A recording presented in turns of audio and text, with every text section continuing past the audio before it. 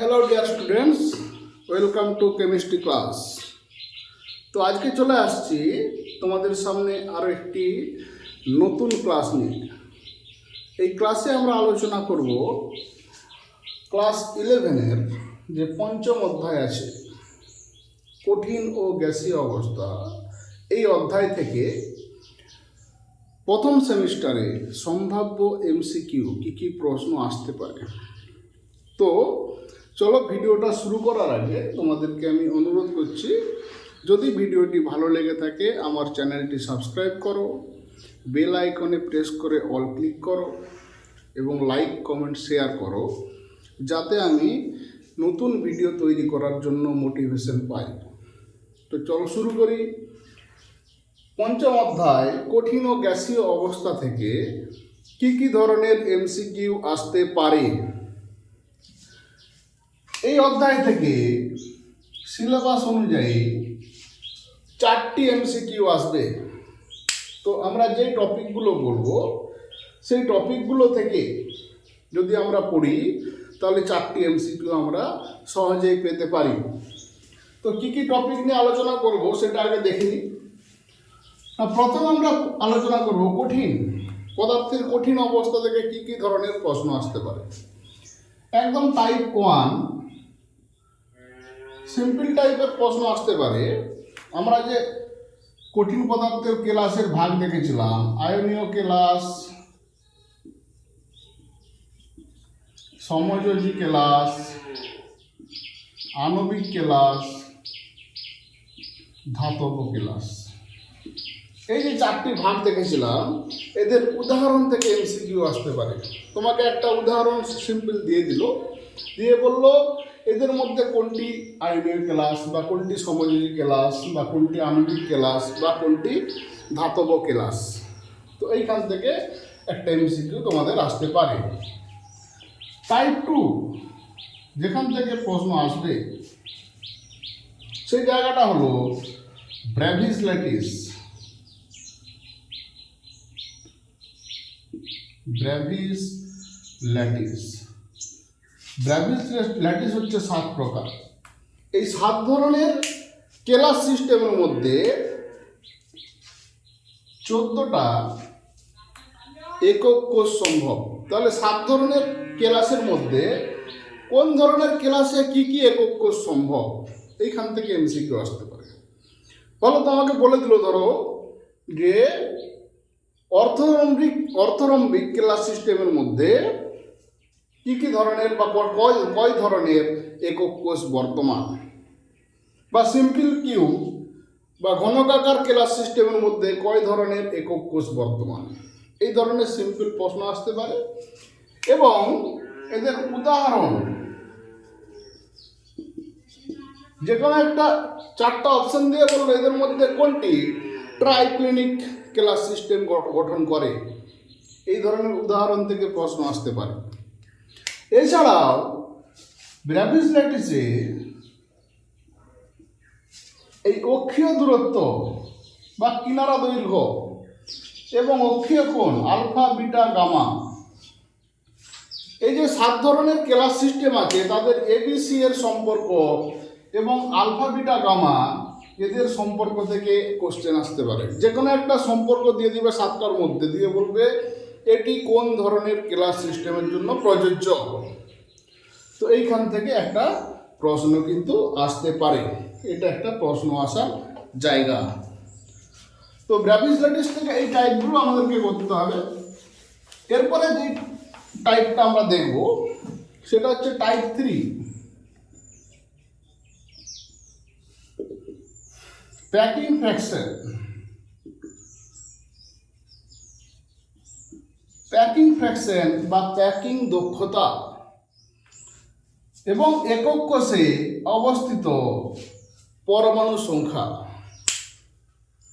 এই ধরনের প্রশ্ন আসতে পারে যে এফসিসি, বিসিসি বা সিম্পল কিউ এর মধ্যে যে কোনো একটা টাইপের ক্লাস তোমাকে বলে দিল যে এফসিসি ক্লাসের মধ্যে ফাঁকা স্থান কত আছে, ভর্তি স্থান কত আছে, এইখান থেকে একটা প্রশ্ন আসতে পারে।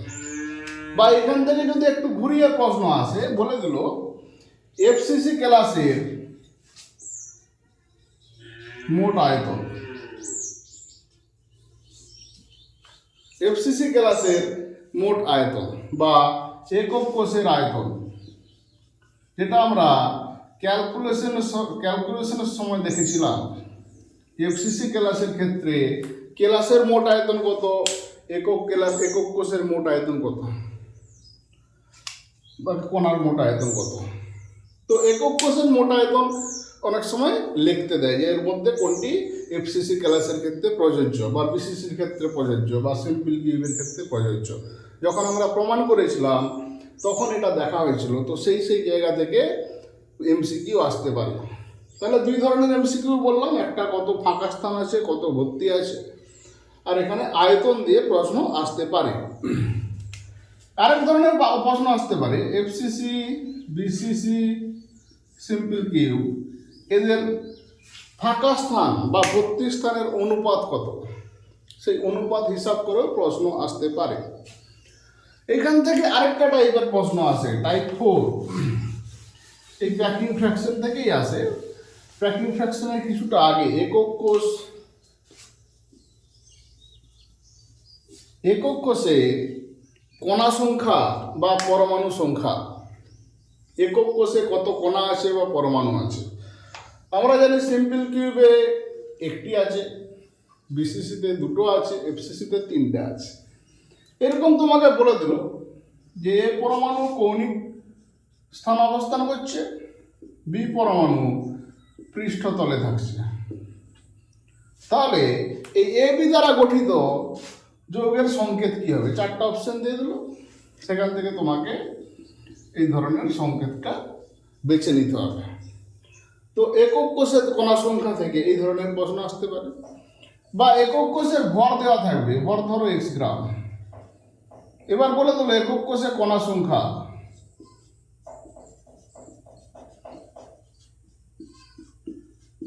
একক কোষে কণা সংখ্যা, এই কণা সংখ্যা থেকে প্রশ্ন আসতে পারে। এটা গেল টাইপ 4। এরপরে আমরা যে বিষয়টা যে টপিকটা আলোচনা করব সেটা হচ্ছে টাইপ 5, কেলাসের ঘনত্ব। কেলাসের ঘনত্ব থেকে কি প্রশ্ন আসতে পারে? না কেলাসের ঘনত্ব থেকে সমীকরণ লিখতে দিতে পারে, রো সমান Zm/Na³। এই যে কেলাসের ঘনত্বের সমীকরণ, এই টার্মগুলো বলে দিল, দিয়ে বললে এর মধ্যে কোনটি কেলাসের ঘনত্বের সমীকরণ প্রকাশ করে। তখন তোমাকে অপশন বাছতে হবে, বা এখান থেকে ম্যাথ ক্যালকুলেট করতে দিতে পারে বিভিন্ন ধরনের। কেলাসের ঘনত্ব থেকে এই দুটো টাইপের প্রশ্ন আসতে পারে। এরপর টাইপ 6, 6 নম্বর টাইপ, যেখান থেকে কঠিনের প্রশ্ন আসতে পারে। টাইপ 6 কোথা থেকে আসতে পারে? না চতুস্তলকীয় ফাঁকা স্থান, অষ্টতলকীয় ফাঁকা স্থান, এখান থেকে অঙ্ক দিতে পারে। ধরো তোমাকে বলে দিল বি ক্লাস, বি পরমাণু কেলাস গঠন করে,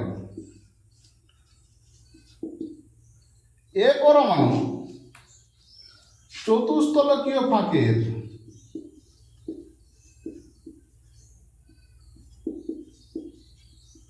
(25% দখল করে।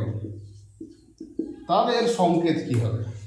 এখানে চতুস্তলকীয় ফাঁক এবং অষ্টতলকীয় ফাঁক কাজে লাগিয়ে কণা সংখ্যা হিসাব করে যে অঙ্কগুলো করা হয়েছিল সেইখান থেকে একটা প্রশ্ন কিন্তু আসতে পারে, চতুস্তলকীয় ফাঁক এবং অষ্টতলকীয় ফাঁক। এখানে আরেকটা জায়গা আছে যেখান থেকে প্রশ্ন কিছুটা হলো আসার সম্ভাবনা আছে।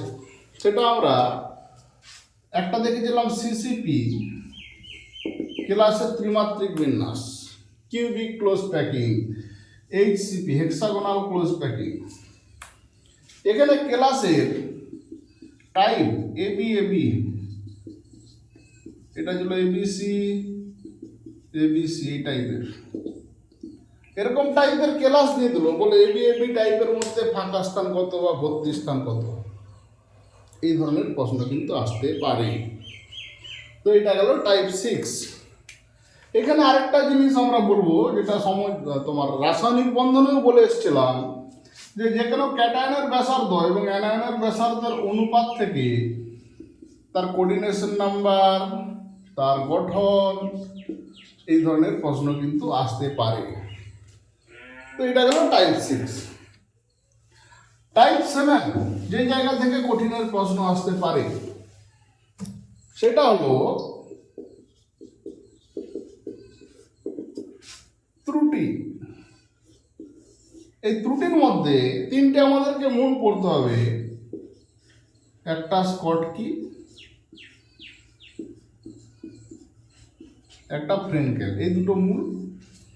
স্কটকি ত্রুটি কাদের দেখা যায়, ফ্র্যাঙ্কেল ত্রুটি কাদের দেখা যায়, স্কটকি ফ্র্যাঙ্কেল একই সঙ্গে দেখা যায় এমন একটি যৌগের নাম, কোন প্রকার ত্রুটিতে ক্লাসের ঘনত্ব কমে, কোন প্রকার ত্রুটিতে ক্লাসের ঘনত্ব একই থাকে।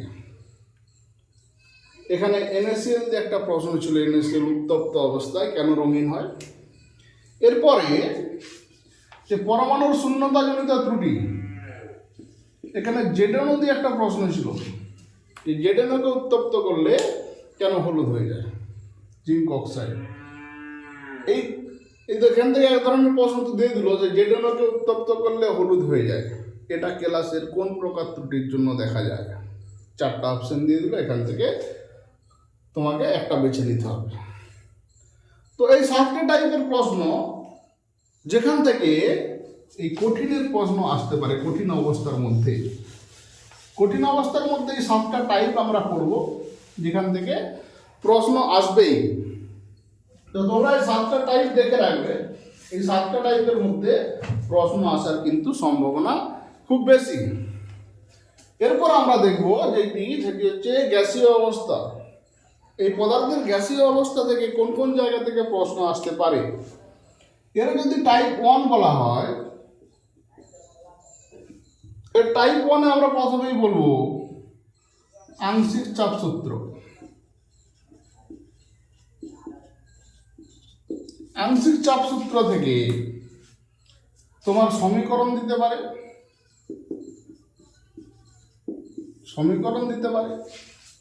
বা এই সমীকরণ কাজে লাগিয়ে অঙ্ক দিতে পারে।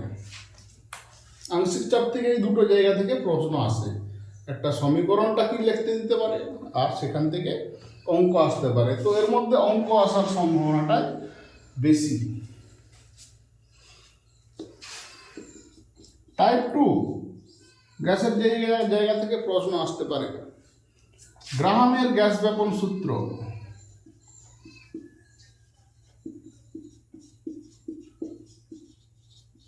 গ্রাহামের গ্যাস ব্যাপন সূত্র, এখানে ব্যাপনের হারের সঙ্গে আণবিক ভরের সম্পর্ক দিতে পারে, ঘনত্বের সম্পর্ক দিতে পারে, তাপমাত্রার সম্পর্ক দিতে পারে। তাহলে ব্যাপনের হারের সঙ্গে এই সম্পর্কগুলো আমাদেরকে করে রাখতে হবে এবং এখান থেকে ছোট ছোট অঙ্ক দেখে রাখতে হবে। এই দুটো জায়গা থেকে প্রশ্ন কিন্তু আসার সম্ভাবনা খুব বেশি। এই দুটোর মধ্যে একটা প্রশ্ন তুমি পাবে। এরপর টাইপ 3 যে জায়গা থেকে প্রশ্ন আসে, এখানে এরপর আমরা দেখব 3 নম্বর টাইপ, টাইপ 3। এটা কি গ্যাসের গতীয় তত্ত্ব বা কাইনেটিক থিওরি অফ গ্যাস।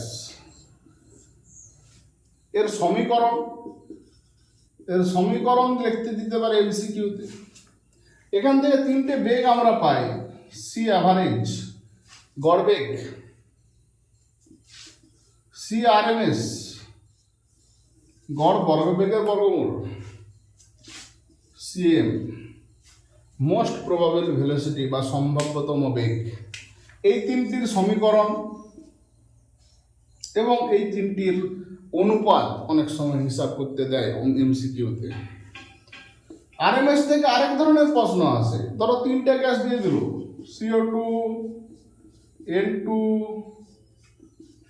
জলীয় বাষ্প বা CH4, এই তিনটে গ্যাস দিয়ে বললো এই তিনটে গ্যাসকে এদের আরএমএস বেগ অনুসারে সাজাও, বা সাজালে কি ধরনের ক্রম পাওয়া যাবে। এরকম এই ধরন থেকে প্রশ্ন আসতে পারে, প্রশ্ন আসার সম্ভাবনা কিন্তু খুব বেশি। এরপরের যে টাইপটা আমরা পড়ব সেটা হচ্ছে টাইপ 4। এখান থেকে কি ধরনের প্রশ্ন আসতে পারে না, ভ্যান ডার ওয়াল গ্যাস সমীকরণ। আচ্ছা, ভ্যান ডার ওয়াল পরে বলবো, এর আগে Boyle, temperature, Z compressibility factor, আরেকটা টাইপ আছে কারেকশন টার্ম।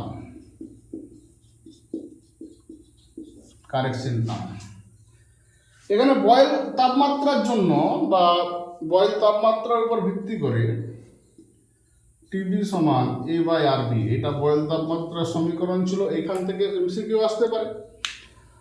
বা বয়েল তাপমাত্রার উপরে বা নিচে কি ধরনের লেখচিত্র আসে, সেই লেখচিত্র থেকে প্রশ্ন আসতে পারে যে কোন কোন গ্যাস ধনাত্মক বিচ্যুতি দেখায়, কোন কোন গ্যাস ঋণাত্মক বিচ্যুতি দেখায়, এই ধরনের প্রশ্ন আসতে পারে।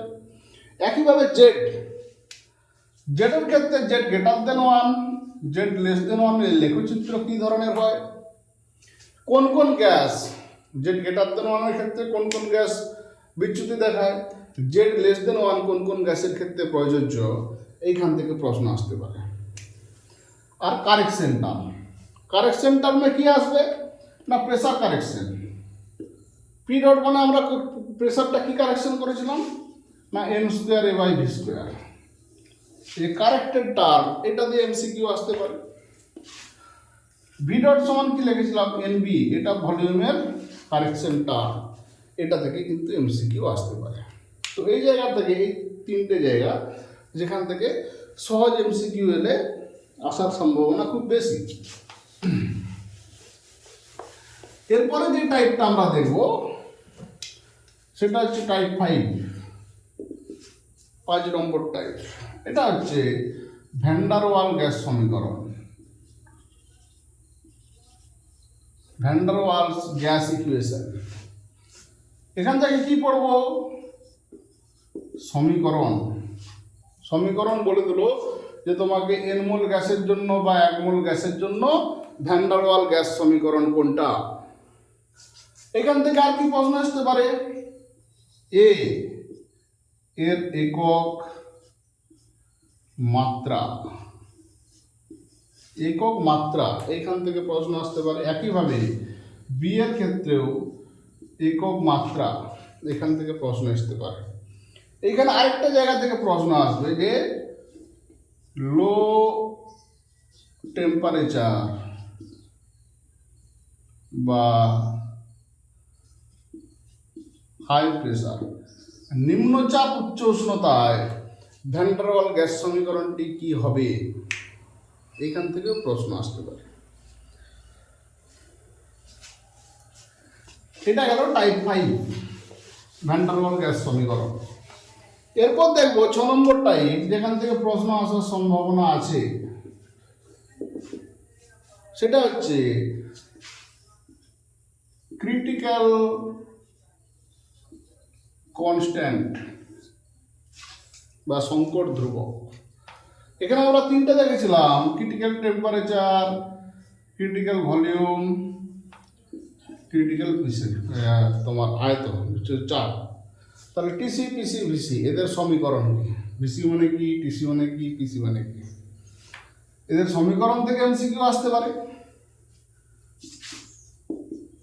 RTC/PCVC